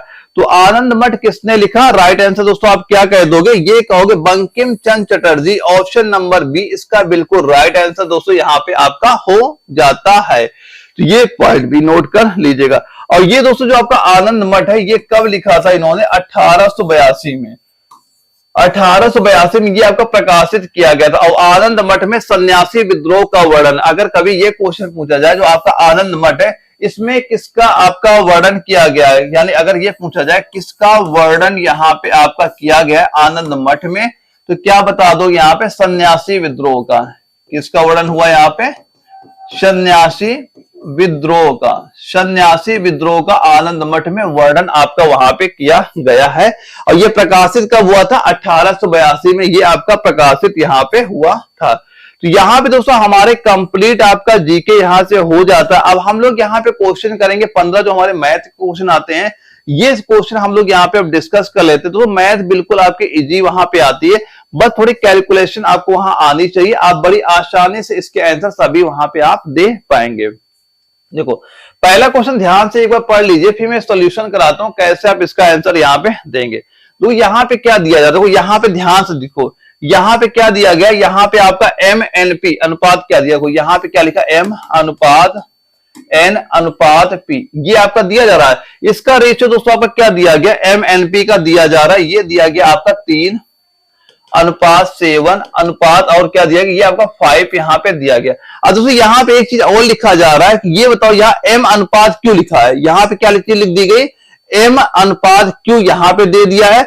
यहाँ दिया है एम, तो यहाँ पे क्या लिखा है? एम अनुपात एन अनुपात पी, ये 3:7:5 दिया गया है। और इसके आगे दिया गया पी अनुपात क्यू। अब यहाँ पे क्या दिया? पी अनुपात क्यू, यहाँ पे हमने एक क्यू वर्ड भी लगा दिया।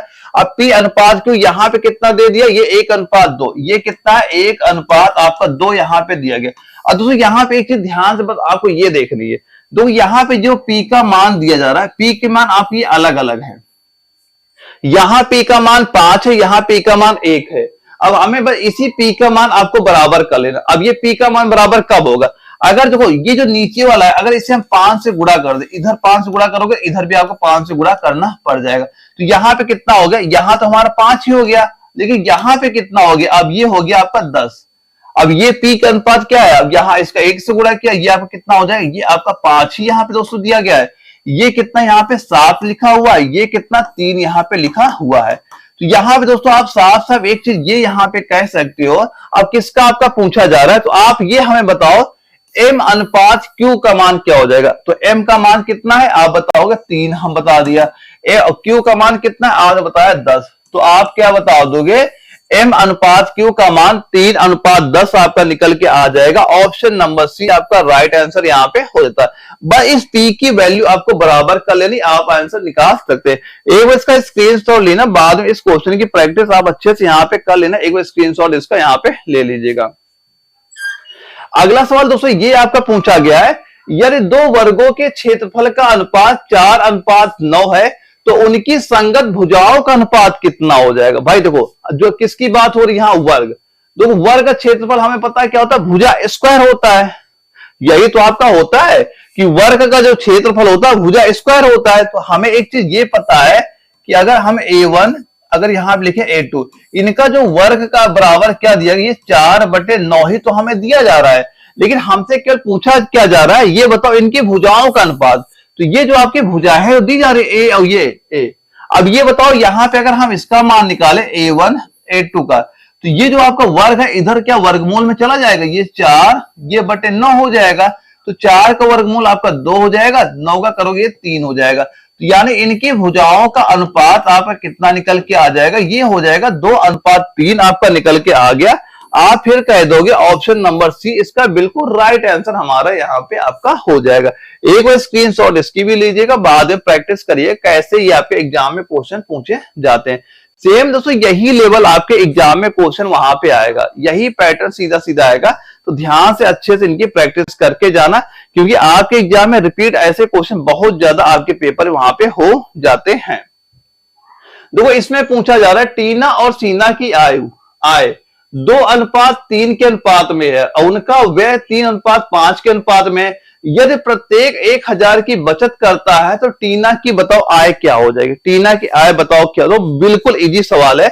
हमने यहाँ पे नाम लिखा, यहाँ पे हमने नाम एक लिखा टीना, यहाँ पे नाम लिखा हमने सीना, टीना लिखा यहाँ पे सीना आपने लिखा। देखो अब यहाँ पे ध्यान देखो, यहाँ पहले दिया जा रहा है इनकी आय का अनुपात क्या है, टीना है सीना है, आय का अनुपात 2:3 दिया गया। यहाँ पे हमने लिख दिया 2:3 आपने लिख दिया। अब देखो अब क्या दिया जा रहा है, उनकी व्यय का अनुपात क्या है 3:5। तो हमने यहाँ पे क्या लिख दिया, इधर हमने लिखा व्यय, ये अनुपात कितना आपको दिया जा रहा है, व्यय का अनुपात है 3:5। तो यहाँ पे हमने लिखा 3:5 आप यहाँ पे लिख दो। ठीक, अब देखो बचत क्या दी गई, प्रत्येक की बचत 1000 है। तो यहाँ पे हमने क्या लिखा बचत, बचत क्या, इसकी बचत आपकी 1000 है, इसकी बचत आपकी यहाँ पे 1000 आपकी होगी। अब देखो कैसे निकालोगे, सिंपल सा आपको क्या करना हो, यहां गुणा करो। देखो 3 त्रिक का 9 5 दून 10। अब इनका डिफरेंट ले लो, 3 त्रिक का 9 5 दून 10, 10 में 9 घटाओगे बच्चा 1। तो यहाँ पे सीधा सीधा क्या लिख दिया आपने 1, कुछ भी लिख दो, हमने आर लिख दिया। अब देखो अब क्या करो यहाँ पे, अब इनका डिफरेंट लो। तो यहाँ पे हुआ 3000, इसका गुणा किया, इधर इसका गुणा किया 3000, इसका गुणा किया 5000। तो 5000 में जब 3000 माइनस करो कितना आपका आ गया, ये हो गया 2000। तो हमें ये पता हो गया एक का मान हमारा निकल के आ गया 2000 हो गया। अब पूछा क्या जा रहा है, पूछा जा रहा है ये बताओ टीना की आय क्या हो जाएगी। तो ये टीना की अगर 1 बराबर 2000 के है तो 2 बराबर क्या हो जाएगा, आप सीधा सीधा कहो क्या 2000 गुणे 2 बराबर क्या हो जाएगा, ये आपका 4000 यहां पे हो जाएगा। तो टीना की आय सिंपल सा आप बताओगे 4000, ऑप्शन नंबर बी आपका राइट आंसर यहां पे होगा। एक बार स्क्रीनशॉट लीजिएगा, इसकी प्रैक्टिस करिएगा, आप बड़ी आसानी से इसका आंसर यहां पे निकाल सकते हैं। स्क्रीनशॉट इसकी एक बार यहां पे ले लीजिएगा। अगला सवाल दोस्तों ये आता है, पुत्र के जन्म के समय पिता की आयु पुत्र की वर्तमान आयु के समान होती है यदि पुत्र की आयु 5 वर्ष पूर्व, देखो क्या दिया जा रहा है, यदि पुत्र की आयु 5 वर्ष पूर्व 15 वर्ष थी तो पिता की वर्तमान आयु बताओ क्या यहाँ पे हो जाएगी। ये 4 ऑप्शन यहाँ पे दिए गए।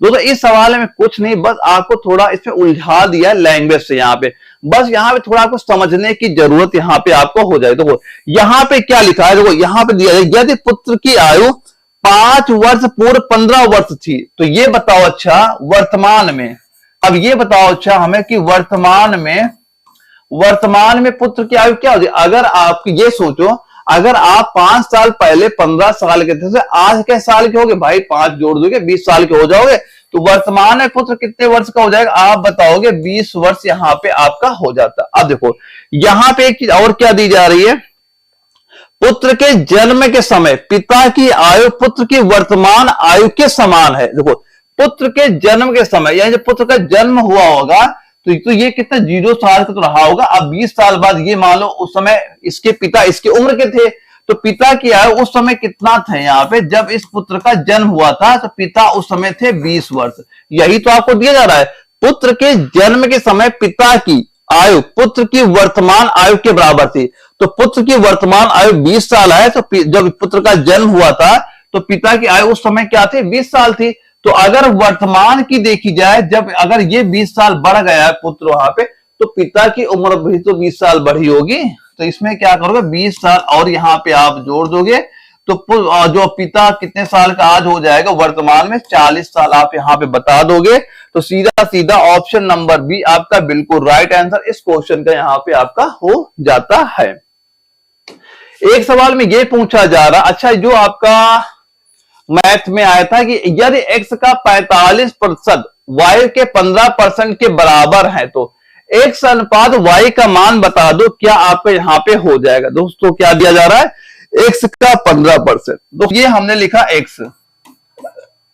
का 45, x का क्या लिखा है 45 जो परसेंट है ये आपका दिया जा रहा है y के 15% के बराबर है। तो y के ये आपका 15% के आपका ये बराबर यहाँ पे दिया जा रहा है। तो हमें ये बताओ, अच्छा x अनुपात y का मान यहाँ पे क्या हो जाएगा। तो यहाँ पे क्या, ये 100 से 100 आप काट दोगे यहाँ पे, तो x बटे y। अब यहाँ पे क्या करो, इसके नीचे यहाँ 15 लिखा हुआ, 15 रहने दो। अब ये 45 इसके नीचे आ जाएगा, 45 यहाँ पे आप नीचे करो, काटो 15 या 45 बराबर क्या हो गया, 1/3 हो गया। तो यहाँ पे क्या कहोगे, x अनुपात y क्या आ जाएगा, 1/3 आपका निकल के आ गया। तो सिंपल सा आपको ऑप्शन नंबर बी आप बिल्कुल राइट आंसर इस क्वेश्चन का यहाँ पे आप कर देंगे। सीधा सीधा ये आंसर आपको यहाँ पे टिक कर लेना है। अब देखो एक सवाल आपको ये दिया जा रहा है, 110 के 15% में अगर 125 के 50% का मान कितना होगा।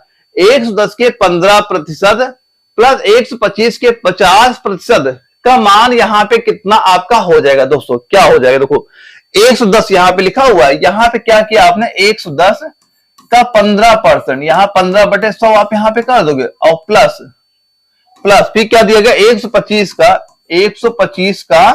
50%, 125 का क्या लिखा है 50%, इनका मान क्या होगा, इसका मान निकालो, जोड़ दो, आपका आंसर यहाँ पे सीधा सीधा आ ही जाएगा। तो काटो कितना हो जाएगा, यहाँ पे इसे सॉल्व करो कितना आपका हो जाएगा, इसको पहले सॉल्व करो कितना आपका आएगा, यहाँ 0 0 आपका कट जाएगा, 5 3 15 हुआ, 5 दूना 10 हुआ, इसे सॉल्व किया ये आपका आएगा 16.5 यहाँ पे आ जाएगा। और प्लस इसको सॉल्व कर लीजिए, यहाँ पे 25 काटा, 25 चौके 100 हुआ, 25 पंचे आपका 125 यहाँ पे हो गया, 2 दूना 4 हुआ, ये काटा आपके यहाँ पे 25 आपका हो गया। इसे सॉल्व करो कितना आएगा, 25 गुणे 5/2 करो, ये आपका हो जाएगा क्या 62.5 आपका यहाँ पे हो जाएगा। अब इन दोनों को आप जोड़ दीजिए कितना हो जाएगा, आप बताओगे 79 आपका निकल के यहाँ पे आ जाता है। तो इसका दोस्तों राइट सीधा सीधा आप क्या कह दोगे, ऑप्शन नंबर डी हमारा बिल्कुल राइट आंसर आपका हो जाता है। बस कैलकुलेशन थोड़ी है, एक बार स्क्रीनशॉट लीजिएगा, बाद में प्रैक्टिस इसकी यहाँ पे करिएगा, कैसे इसका आंसर आप यहाँ पे ला सकते हैं। अब इसके बाद दोस्तों एक सवाल में ये पूछा गया है, एक कुर्सी 800 रुपए में खरीदी जाती है और 1100 रुपए में बेची जाती है, तो लाभ का परसेंटेज बताइए कितना हो जाए। कैसे आप यहाँ पे सॉल्व करो, देखो यहाँ पे दिया गया एक कुर्सी 800 रुपए में खरीदी, हमने लिखा ये जो हमारा क्रय मूल्य है ये आपका हो गया 800 रुपए, और 1100 की बेच दी हमने, यहां लिखा जो सेलिंग प्राइस है ये आपकी 1100 रुपए हमने बेच दी। अब पूछा जा रहा है इसका लाभ परसेंटेज बता दीजिए क्या यहाँ पे हो जाता है। दोस्तों लाभ परसेंटेज बराबर होता है लाभ बटे क्रय मूल्य गुणे 100 आपका होता है। तो यहाँ पे दोस्तों पहले बताओ लाभ कितना हुआ, 800 की सामान खरीदी तुमने 1100 के बेची, आप क्या कहो कितना प्रॉफिट आपको हो रहा है, आप कह रहे हो मैं 300 का तो लाभ हो रहा है, तो परसेंटेज लाभ क्या हो जाएगा। तो ऊपर लिखोगे कितने का आपका प्रॉफिट हुआ है, कितना आपका क्रय मूल्य है, क्रय मूल्य नीचे लिख दोगे और गुणे क्या कर दोगे यहाँ पे 100 आप यहाँ पे कर दोगे। इसे सॉल्व करिए कितना आपको हो जाएगा, 2 0 हमारे कट गए, ऊपर हो गया आपका 300 बटे 8 से भाग करो कितना आएगा 37.5%, ये आपका दोस्तों निकल के यहाँ पे आ जाएगा। तो दोस्तों इसका राइट आंसर आप क्या कहोगे, सीधा सीधा ऑप्शन नंबर सी हमारा बिल्कुल राइट आंसर आपका इस क्वेश्चन का यहाँ पे हो जाता है। एक बार इसका स्क्रीनशॉट लेना, बाद में दोस्तों ये हर क्वेश्चन आपको प्रैक्टिस जरूर वहां पे करनी है, क्योंकि ये सारे क्वेश्चन आपके इंपॉर्टेंट वही क्वेश्चन करा रहा हूं जो आपके एग्जाम में फिलहाल पूछे जा रहे हैं। एक सवाल पूछा गया, यदि एक शर्ट का विक्रय मूल्य उसके क्रय मूल्य का 35% है तो हानि परसेंटेज बताओ क्या हो जाएगी। देखो यहाँ पे क्या दिया, ध्यान देखना, यदि एक शर्ट का विक्रय मूल्य जो है उसके क्रय मूल्य का 35% है तो यहाँ पे हम ये लिख सकते हैं जो आपका विक्रय मूल्य सेलिंग प्राइस है उसका जो क्रय मूल्य है इसका अगर ये 35% है, 35/100 लिखोगे यहाँ पे 35/100। अब देखो ये अगर जो यहाँ पे कास्ट प्राइस अगर इसके नीचे ले आओ कितना हो जाएगा, तो यहाँ पे हम ये लिख सकते हैं सेलिंग प्राइस बटे कास्ट प्राइस बराबर ये हमने लिख दिया 35/100 यहाँ पे आप लिख सकते हो। अब देखो अब यहाँ पे काटो जो कट जाए 5 से काटो क्या हो जाए 5 से 35 हो गया, 5 दूना 10 हो गया, यानी कि आपका 7/220 यहाँ पे हो गया आपका। अब ये बताओ अगर कोई सामान ये 7/20 लिखा हुआ है, अगर कोई सामान आपने 20 रुपए खरीदी, अगर उसे आपने सेलिंग प्राइस क्या कर दिया 7 रुपए की वहां बेच दी, तो ये बताओ कितने का आपका प्रॉफिट हुआ, मतलब कितने का आपका नुकसान हो गया। देखो यहां पे क्या कहोगे, तो बटे में क्या करो 20, बटे में क्या करते हैं क्रय मूल्य यहां पे लिखते हैं। अब ये आपने यहां पे अब देखो कितने रुपए खान हुई, 20 की सामान थी हमने 7 की बेच दी, तो हमें नुकसान कितना हुआ, तो आप क्या कहोगे 20 में 7 माइनस करो कितना आ गया, ये आपका हो गया 13। परसेंटेज पूछा जा रहा है, गुणे आप यहाँ पे 100 करोगे, 20 से काटा 20 पंचे 100 यहाँ पे हो गया, 15 गुणे 5 को ये 65% आपको यहाँ पे हो जाएगा। तो आप दोस्तों ये क्या कह दोगे राइट आंसर, ये हो जाएगा ऑप्शन नंबर ए 65% आपकी यहाँ पे हानि आपकी यहाँ पे हो जाती है। तो एक बार इसका स्क्रीनशॉट लीजिएगा, प्रैक्टिस दोस्तों जरूर करिएगा इन क्वेश्चन की। हर क्वेश्चन आपको यहाँ पे वो मैं करा रहा हूं जो आपके पेपर पूछे गए हैं और क्या क्या चीजें कैसे लेवल है आपके एग्जाम का फिलहाल अभी वहां का। एक क्वेश्चन दोस्तों ये आपसे पूछ लिया गया, एक आदमी 1 रुपए में 15 आम खरीदता है और 1 रुपए में कितने आम बेचने पर उसे 15% की हानि हुई। बिल्कुल बेसिक सवाल, बस केवल लैंग्वेज इसकी ऐसी दे दी गई है कि आप पढ़ते रहोगे और पता भी चलेगा पूछा क्या जा रहा है। ध्यान देखो क्या चीज यहाँ पूछी जा रही है, यहां पे ये मान चलो जो प्रश्नानुसार क्या प्रश्न में क्या आपका दिया जा रहा है, आपने कहा कि 1 रुपए में क्या कहा, 1 रुपए में सीधा लिखो यहाँ पे 1 रुपए में बेचे गए आमों की संख्या अब क्या हो जाएगी, आमों की संख्या दोस्तों हमसे पूछी जा रही है, आमों की संख्या ये दोस्तों आपकी यहाँ पे क्या हो जाएगी ये बताओ। दोस्तों यहाँ पे क्या लिखोगे, देखो यहाँ 15/75 इंटू आप 100 करोगे, ये बराबर क्या हो जाएगा आपका 20 आम यहाँ पे आपका हो जाएगा। देखो ये हो जाएगा राइट आंसर। तो क्या दिया जा रहा है, एक आदमी 1 रुपए में 15 आम, 1 रुपए में 15 आम खरीदता है, कितने आम खरीदता है 15 आम यहाँ पे खरीदता है, और कितने आम बेचने 25% का हानि होगी। देखो जो 25% आपका टोटल 100% होता है और 125% का हानि हुई, क्या 25 से माइनस करो कितना आपका आएगा, ये 70% हो जाएगा। भाई इसी भी 15% का 70% आप यहाँ जैसे उल्टा अपोजिट निकालोगे तो कुल आमों की संख्या यहाँ पे आपकी ये निकल के आ जाएगी। तो कितने आम निकल के आ जाएंगे, 20 आम यहाँ पे निकल के आएंगे। एक बार स्क्रीनशॉट ले लें, क्योंकि अगर आप ये एग्जाम में क्वेश्चन रिपीट हुआ आपको लैंग्वेज से कभी घबराना नहीं, बस क्या पूछा जा रहा है वो ध्यान से आपको यहाँ पे देखना है। एक सवाल दोस्तों आपका अगला आता है, इसमें हमसे ये चीज पूछी जा रही है 25% 10% की दो क्रमिक छूटों के समतुल्य एकल छूट बताइए क्या होगा। इसका एकल छूट आपका यहाँ पे कितना हो जाएगा। तो देखो कभी भी आपके एग्जाम में ऐसा क्वेश्चन पूछा जाए तो सिंपल से क्या करना, जो आपकी ये वैल्यू दी जाएगी दोनों को पहले आपको जोड़ देना है। तो यहाँ पे क्या लिखोगे 25 प्लस 10 और फिर माइनस कर दो क्या 25 गुणे 10 और बटे 100। ये आप फार्मूला लिख लेना कि a प्लस बी माइनस का ए बी बटे 100। ये फार्मूला आप यहाँ पे लगा देना, जो आपकी ये दरें यहाँ पे दी जाएंगी यहाँ पे आपको रख के इसे सॉल्व कर लेना, आपका आंसर यहाँ पे निकल के आ जाएगा। तो 25 और 10 जोड़ा है कितना हुआ, ये आपका 35 यहाँ पे हो गया। अब इसको सॉल्व करोगे कितना हो जाएगा, ये हो जाएगा 2.5 हमारा हो जाएगा। 35 में आप 2.5 माइनस करो कितना निकल के आएगा 32.5% आपका ये यहाँ पे हो जाएगा।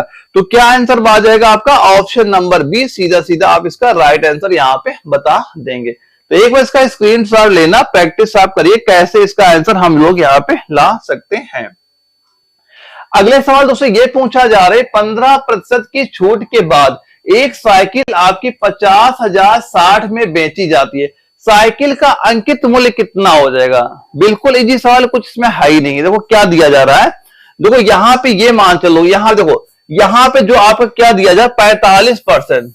देखो 45% हम लोग दोस्तों क्या लिख सकते हैं, ये 45% है। अगर यहाँ पर परसेंटेज हटाओगे 45/100 आपका हो जाएगा। अब देखो 45 से सॉल्व करो, कितना है 5 से काटो, 5 9 45, 5 दूना 10, ये 9/20 यहाँ पे दोस्तों आप लिख सकते हो। इसका मतलब दोस्तों यहाँ पे क्या हो गया, ये आपका क्या हो गया, जो आपका 9/20 यहाँ पे लिया जा रहा है। यानी ये बताओ कि 45% की छूट के बाद एक साइकिल 5060 में बेची जाती है, तो साइकिल का अंकित मूल्य बता दो, यहाँ पे क्या हो जाएगा। तो ये दोस्तों जो आपका मार्क प्राइस क्या हो गया, मार्क प्राइस हमारा 20 हो गया। अब ये तो सेलिंग प्राइस क्या हो, अगर 9 रुपए की आपकी छूट यहाँ पे हो गई तो बेचा कितने का आपका, अगर आपकी 20 रुपए आपकी आपकी मार्क प्राइस हो गई, 9 रुपए की आपने बेची, तो वो 9 रुपए का आपने डिस्काउंट यहाँ पे दिया, तो बेचा कितने का, बेचा कितने का 11 रुपए बेचोगे। तो यहाँ पे हम ये लिख सकते हैं आपका 11/20। तो यहाँ पे ये 11 क्या आपका हो जाएगा, 11 कह दोगे ये हमारा सेलिंग प्राइस हो जाएगा, और 20 क्या हो जाएगा, 20 आपका हो जाएगा यहाँ पे मार्क प्राइस दोस्तों आपका हो जाएगा। यही चीज दोस्तों यहाँ पे आपकी दी जा रही है, बस सिंपल सा अब यही आपका निकाल देना। यहाँ पे क्या लिखा आपका 5060 दोस्तों ये आपका लिखा हुआ, इसका आप 20/11 सिंपल सा आप निकाल दो, इसको सॉल्व करोगे ये कितना हो जाएगा, ये हो जाएगा 9200। तो यहाँ पे राइट आंसर दोस्तों आप कितना बता दोगे, 9200, ऑप्शन सी इसका बिल्कुल राइट आंसर यहाँ पे हो जाता। दोस्तों ये सवाल आपका और कई तरीके से आपका लग सकता है। अभी दोस्तों जो अपने आगे मैं प्रैक्टिस सेट कराऊंगा ना, जो आपके कई सारे AR वहां पे इसके सारे टाइप भी बताऊंगा कि कैसे कैसे टाइप से आप इनके आंसर वहां पे निकाल सकते हैं। फिलहाल इसका एक स्क्रीनशॉट लेना, प्रैक्टिस जरूर करना है, ताकि अगर आपके एग्जाम में ये क्वेश्चन रिपीट होता है तो आप इसका आंसर आसानी से वहां पे दे सके। तो एक बार ये क्वेश्चन पूरा नोट जरूर यहाँ पे कर लीजिएगा। अब दोस्तों एक सवाल ये पूछ रहा है, कितनी धनराशि 5 वर्षों में 8% वार्षिक साधारण ब्याज दर से आपका 3040 ब्याज देगी। तो हमें सिंपल फार्मूला क्या पता है, सिंपल इंटरेस्ट बराबर होता है मूलधन गुणे दर गुणे समय बटे 100, आपका ये यहाँ पे होता है। अब यहाँ पे ब्याज क्या दिया गया आपका 3040, तो यहाँ पे क्या रख दिया आपने, यहाँ लिखा 3040 आपने इधर लिख दिया। पूछा क्या जा रहा है, पूछा जा रहा है कितनी धनराशि, हमसे पी का मान आपसे पूछा ही जा रहा है। अब यहाँ पे दर क्या दी गई आपके 8%, यहाँ 8 लिख दोगे, समय कितना है आपका 5 वर्ष है, यहाँ लिख दोगे 5 वर्ष बटे आप यहाँ पे 100 कर, इस पी का मान आपको निकाल देना, आपका सीधा सीधा राइट आंसर यहाँ पे हो जाएगा। तो यहाँ पे दोस्तों जब पी का मान निकालोगे, पी बराबर आपका कितना हो जाएगा, ये आपका हो जाएगा, यहाँ पे लिखा 3040, इसका ये 100 आपका ऊपर आ जाएगा, ये 8 गुणे 5 यहाँ पे आपके दोनों नीचे आ जाए। इसे सॉल्व करो, कितना आपके यहाँ पे आएगा, 5 से काटा 5 दूना 20 हुआ, 4 से काटा 4 दूना 8, 4 पंचे 20 हो गया, 2 से काटा 5 से गुणा करोगे कितना है 7600 रुपए आपका ये निकल के यहाँ पे आ गया। तो क्या कह दोगे right answer, option number B इसका बिल्कुल राइट आंसर हमारा इस क्वेश्चन का आपका यहाँ पे हो जाता है। इसके बाद दोस्तों एक सवाल आपसे ये पूछा जा रहा है, किसी धनराशि पर 30% वार्षिक की दर से 2 वर्ष के लिए चक्रवृद्धि ब्याज और साधारण ब्याज का अंतर आपका 5400 है, तो वो धनराशि कितनी आपकी हो जाएगी। दोस्तों इसका एक फार्मूला याद कर लेना, बेसिक मेथड बहुत लंबा आपका जाएगा। अगर फार्मूला अगर आप याद करो, चाहे ट्रिक मेथड समझ लो चाहे फार्मूला समझ लो, अगर ये चीज आपको याद रहती है बड़ी आसानी से आंसर आप यहाँ पे दे पाओगे। तो यहाँ पे ये ध्यान रखना कि 2 वर्षों की बात हो रही है, जब भी आपकी 2 वर्षों के लिए बात होगी, कितने वर्षों के लिए 2 वर्षों के लिए आपकी जब भी बात यहाँ पे होती है, तो जो आपका कंपाउंड इंटरेस्ट और जो आपका सिंपल इंटरेस्ट बराबर क्या होता है, ये हो जाएगा PR² बटे 100 का होल स्क्वायर आपका हो जाएगा।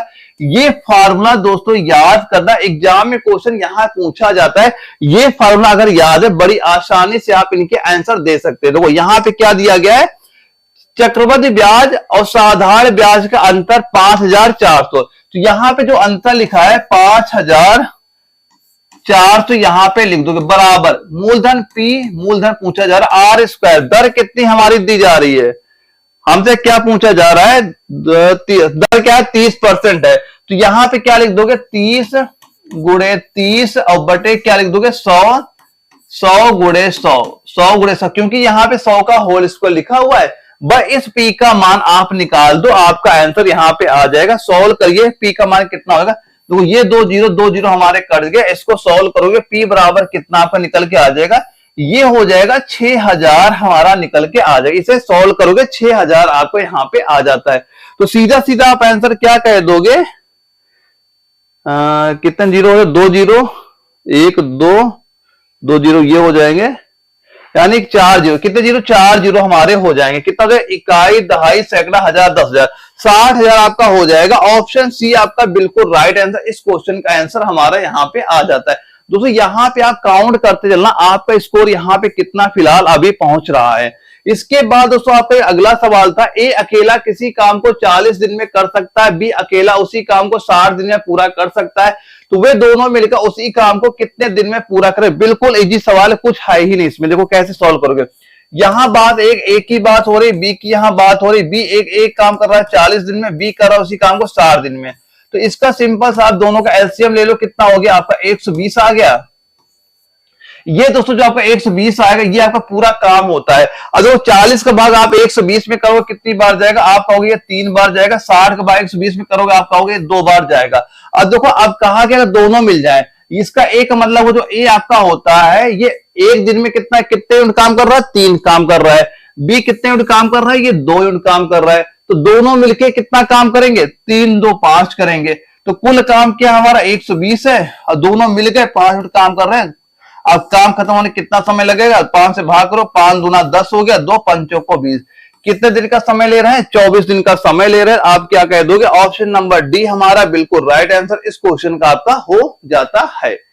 अब इसके बाद दोस्तों एक जो आपका अगला सवाल आता है, इसमें यह पूछा गया यदि रानी 15 किलोमीटर प्रति घंटा की चाल से दौड़ती है तो वह 200 मीटर की दूरी तय करने में कितना समय लेगी। तो चाल बराबर होता है दूरी बटे समय, तो समय बराबर क्या हो जाएगा, देखो यहां पे तो समय बराबर आपका क्या हो जाएगा फार्मूला, समय बराबर हो जाएगा आपका दूरी बटे चाल हमारी हो जाएगी, दूरी बटे चाल आपकी हो जाएगी। अब देखो यहां पे क्या दिया जा रहा है, दूरी क्या है, दूरी आपकी 200 मीटर दी गई यहां पे, तो यहां पे दूरी लिखी, वहां पे लिखो ये आपका 200 मीटर लिखा हुआ है। लेकिन यहां पे जो चाल क्या दी गई, 15 किलोमीटर प्रति घंटा। अब ये किलोमीटर प्रति घंटा को हमें इसको भी मीटर पर सेकेंड में आपको चेंज भी करना पड़ेगा। तो कैसे यहां पे सॉल्व करोगे, जो आपको ये 15 किलोमीटर प्रति घंटा है इसको गुणा कर दो किससे, 5/18 से। ये 18 नीचे न लिख के हमने यहाँ पे ऊपर आपने यहाँ पे लिख दी। अब यहाँ पे सॉल्व करोगे आपका समय निकल के आपका यहाँ पे आ जाएगा। तो इसे सॉल्व करो, कितना आएगा, 5 से काटा, 5 चौको 20 हो गया, 5 से काटा 5 त्रिक 15 हुआ, 5 40 आपका यहाँ पे हो गया, 3 से काटा 3 18 यहाँ पे हो गया, 8 48। तो कितना समय बताओगे, आपका 48 सेकंड यहाँ पे आपका निकल के आ जाए। कितना निकल के आ जाएगा, 48 सेकंड निकल के आ जाएगा।